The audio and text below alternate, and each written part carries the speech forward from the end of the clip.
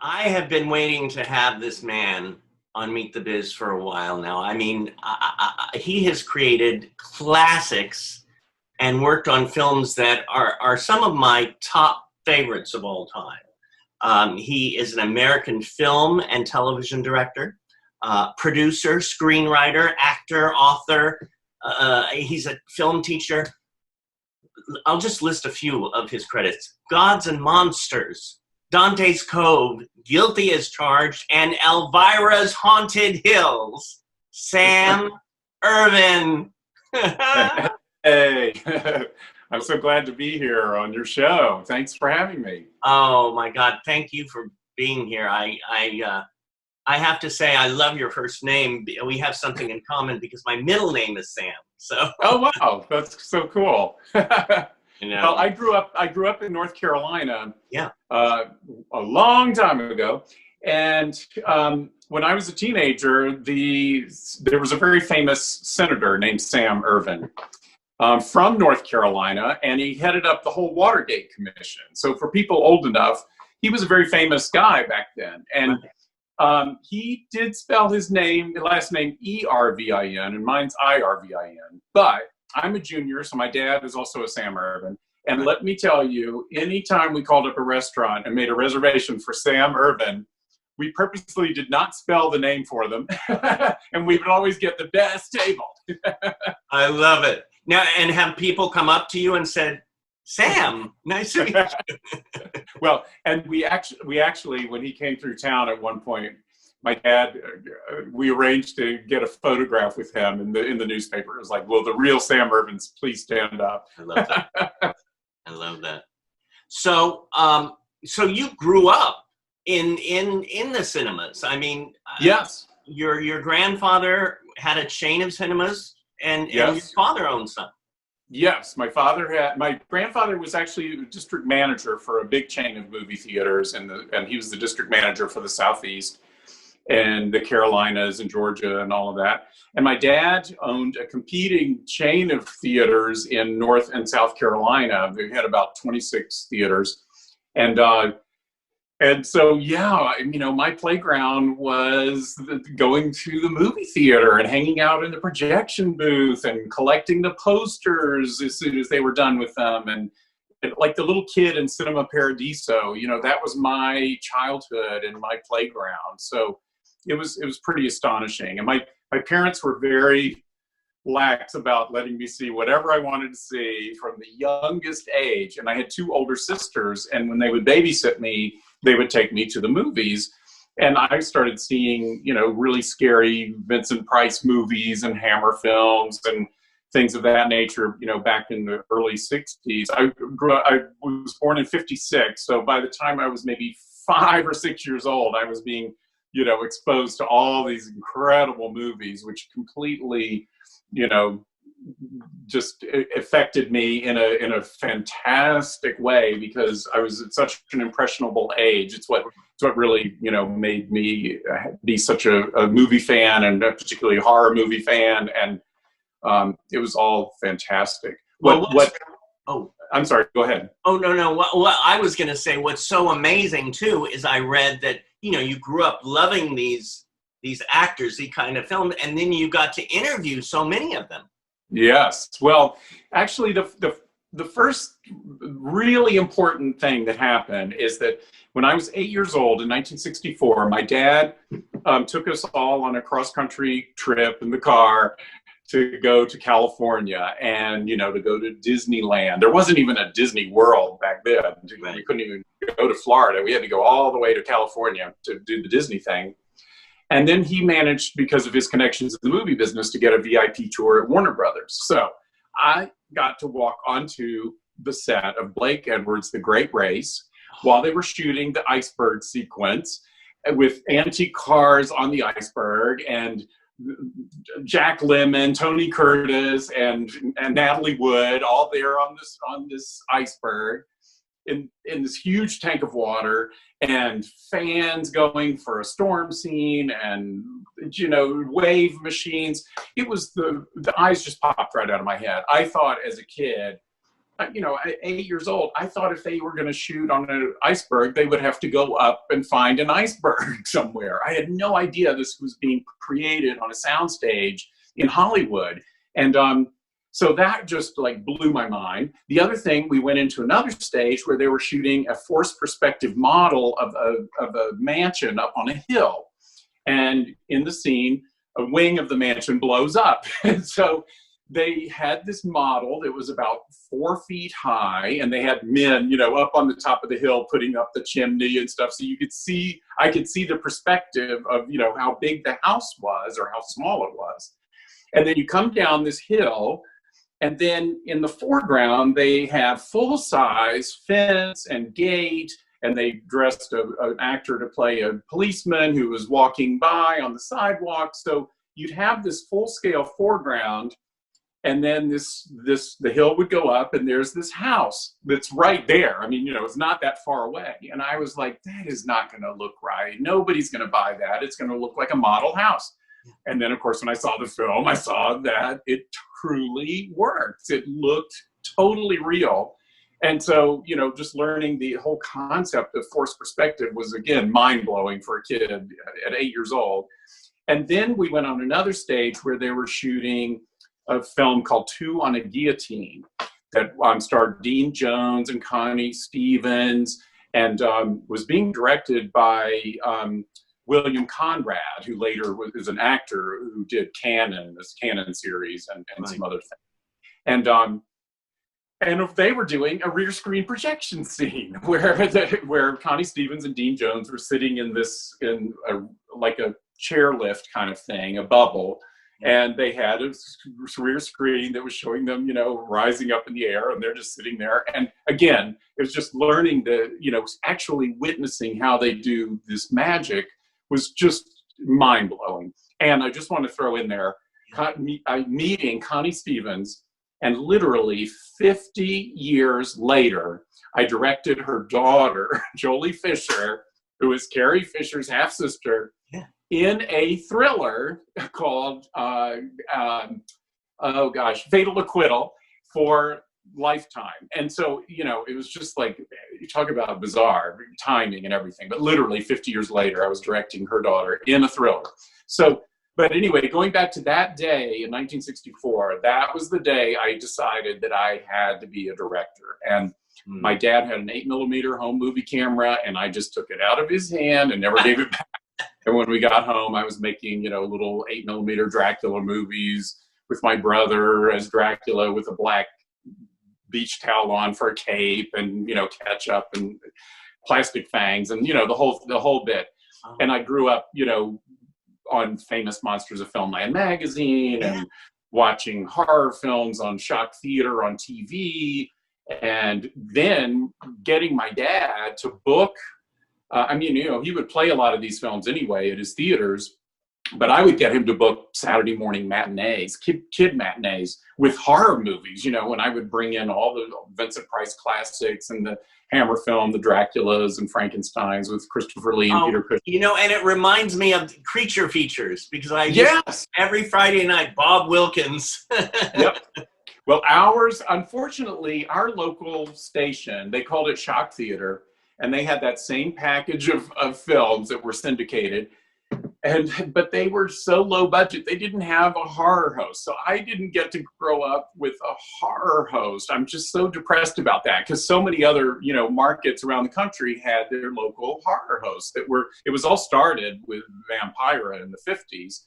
And then, of course, you know, in recent, you know, decades, it was Elvira and Swinguli and all of these. But no, we didn't get to have our local horror host. Oh my gosh. And it's so interesting how, again, you grew up and you kept on doing it. Now, was your first love, you would say, directing?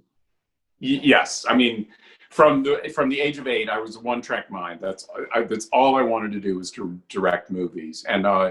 And particularly, I loved horror films growing up. I loved all genres, and I still do. But something about horror films just really spoke to me. And as a closeted gay man, I realized years later. My favorite film of all time is Bride of Frankenstein, and I always had an affinity for all the Frankenstein movies. And I realized as an adult that it's the outsider. It's the concept of the outsider. You know, the Frankenstein monster was never a monster to me. He was just a misunderstood freak of nature, like I was. Well, and what's so amazing there is, I mean, I have to say, one of my top 3 favorite movies is Gods and Monsters, and you produced that. Well, yes. And that was a dream come true. And to be able, we had a flash, for those who don't know, Sir Ian McKellen plays James Whale in the movie, who is the director. The best performance ever. Yes. Oh, I know. He should have won the Oscar, and he was nominated, and he should have won it, damn it. It did win the Oscar for Best Screenplay. Bill Condon adapted the book by Christopher Bram, and it was fantastic. We were so thrilled about that. And especially for a low-budget art film to win an Oscar was just unbelievable, just incredible. Just the whole thing was just a dream come true. Lights, sound. Okay for sound. Action. The Bride of Frankenstein. A man with a legendary career behind him. Who's this new yard man? Mr. Boom, I thought something big. He came cheap. A man with his life still ahead of him. Hey, the master wants to know if you're free for lunch. I do have a lawn this afternoon. I'm free until then. Expect nothing fancy. Come in, Mr. Boone. Separated by class. Are you famous? I was merely a director. You have the most architectural skull. Have you ever sat for an artist? By time. You were a soldier. I was an officer in the trenches. And by desires. All I know is bugger. He's a bugger. Does that surprise you? I'm not, you know. I did not think you were bugger too. They have nothing in common. Mr. Clayton Boone, my gardener. He's never met a princess, only queens. Except their humanity. I've spent much of my life outrunning the past. And now it floods all over me. I'm losing my mind. Every day a new piece of it goes, and soon there'll be none of it left. My condition will continue to deteriorate until the end of my life. Why are you here? Let's get this straight. What did you want from me? What do you want? Just back from the hospital already. You're chasing after boys. Oh, shut up. Man's gonna make up his life alone. A philosopher. Thoreau, with a lawnmower. Do you believe people come into our lives for a purpose?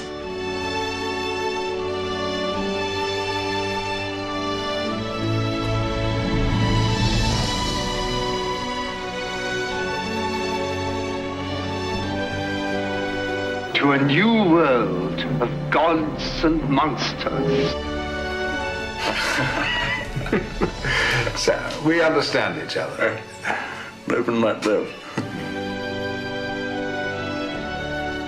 So for those who don't know, Sir Ian McKellen played James Whale, who was the director of Frankenstein, The Bride of Frankenstein, The Invisible Man, The Old Dark House, and Showboat. What? Yeah, he did other genres, and was this incredible director back in the 30s and 40s.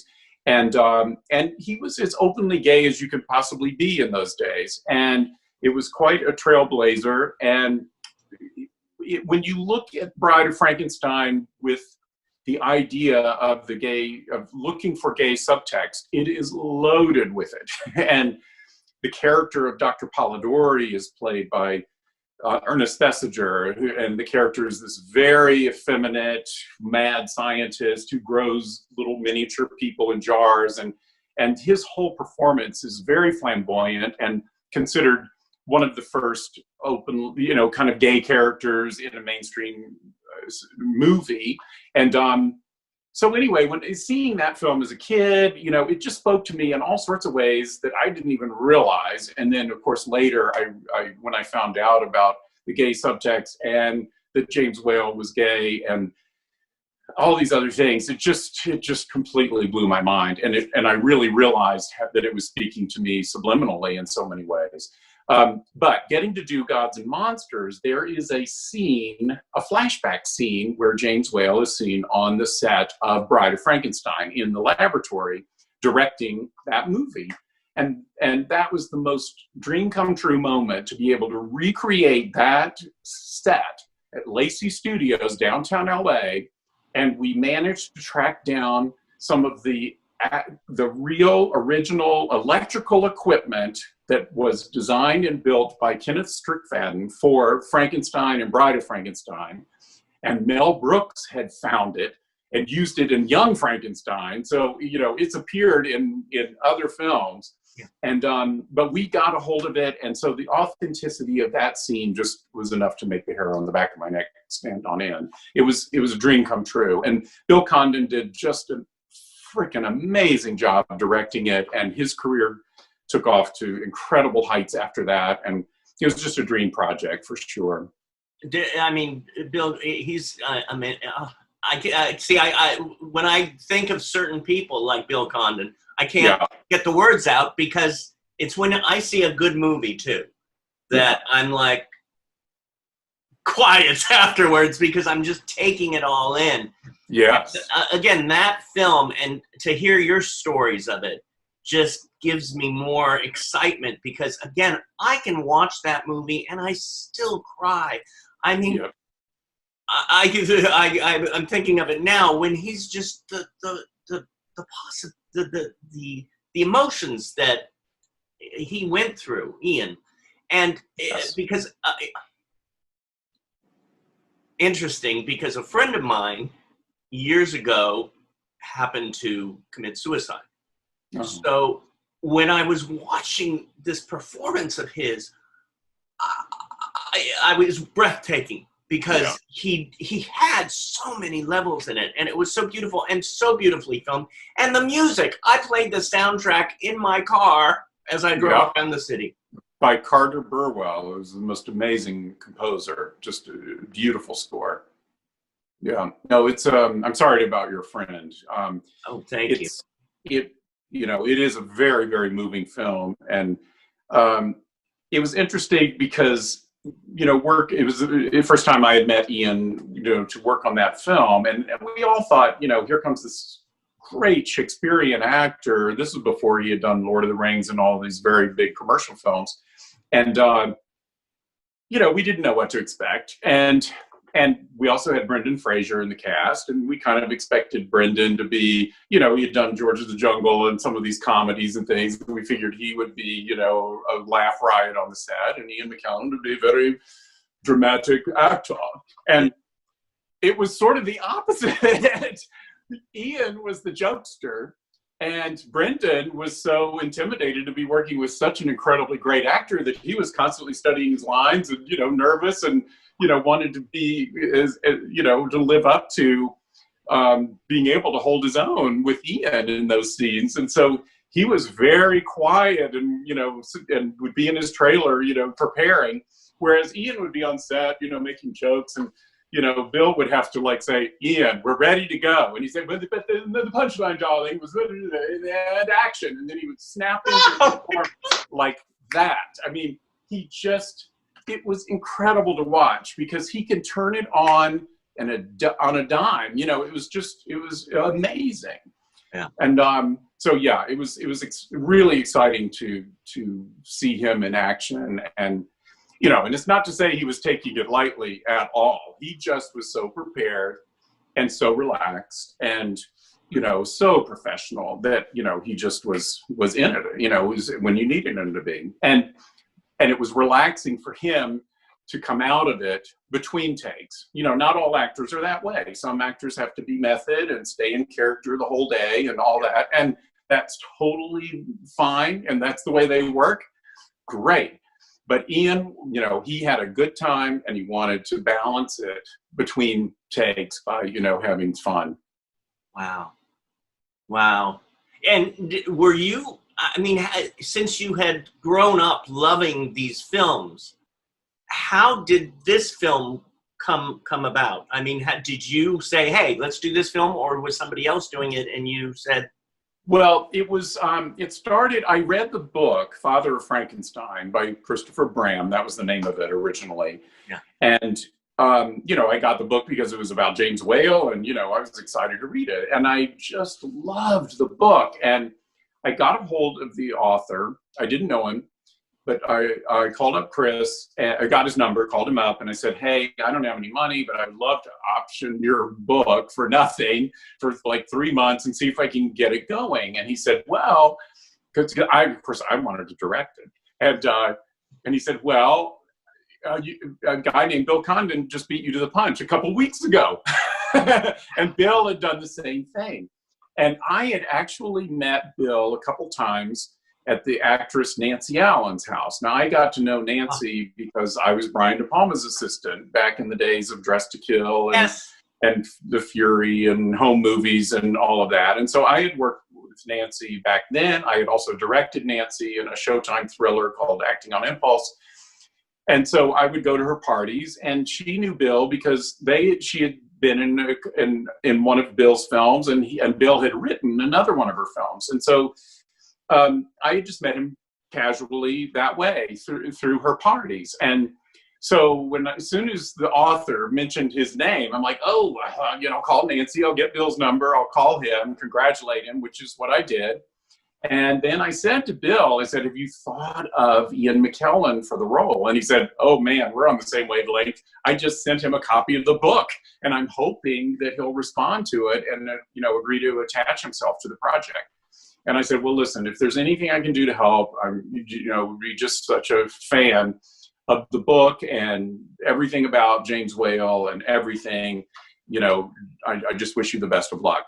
And he said, "Well, it's going to take me, it'll probably be a year of me writing the script, and, it's not going to happen for a while, but, and so we just kind of didn't talk for a long time, and I figured he was working on it. Okay, then I was at a production company called Region Entertainment. They are also Here TV, which is the gay network, and Paul Collishman was the head of it, and I'd actually known Paul because Paul had prior to that been head of IRS Media, which was Miles Copeland's company, a division of IRS Records, and they were making films. And my very first feature that I directed, Guilty as Charged, was one of their projects. So anyway, I'm at where Paul has landed at a new production company called Region Entertainment, and I'm prepping a film that I had written and was going to direct called Kiss of a Stranger that ended up starring Mariel Hemingway, Diane Cannon, David Carradine,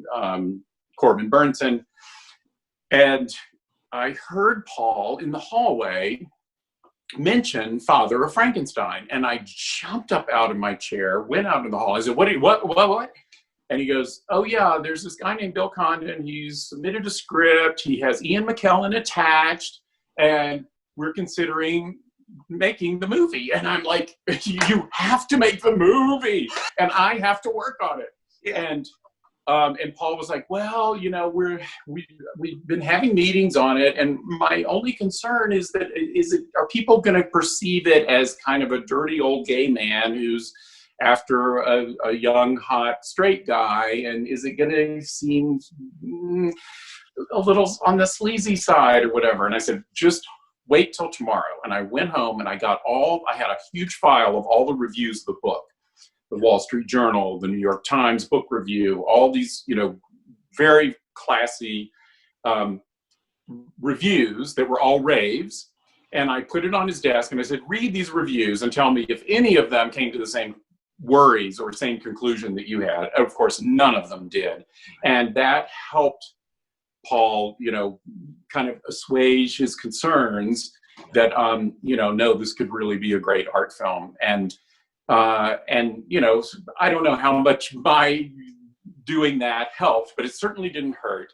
And I kept badgering and bugging them about it, what's going on with it and everything. And then they finally did get the financing together, and I got to be the co-executive producer and was there on set every day. And I got David Scull, who's a very well-known historian and an author of many, many books on horror films, to come in and help me co-direct the behind the scenes making of. And we interviewed everyone we could find who had known James Whale, who was still alive. One of them being oh my God, my brain. The woman who played the oldest lady in Titanic, who was the star of The Invisible Man and Old Dark House.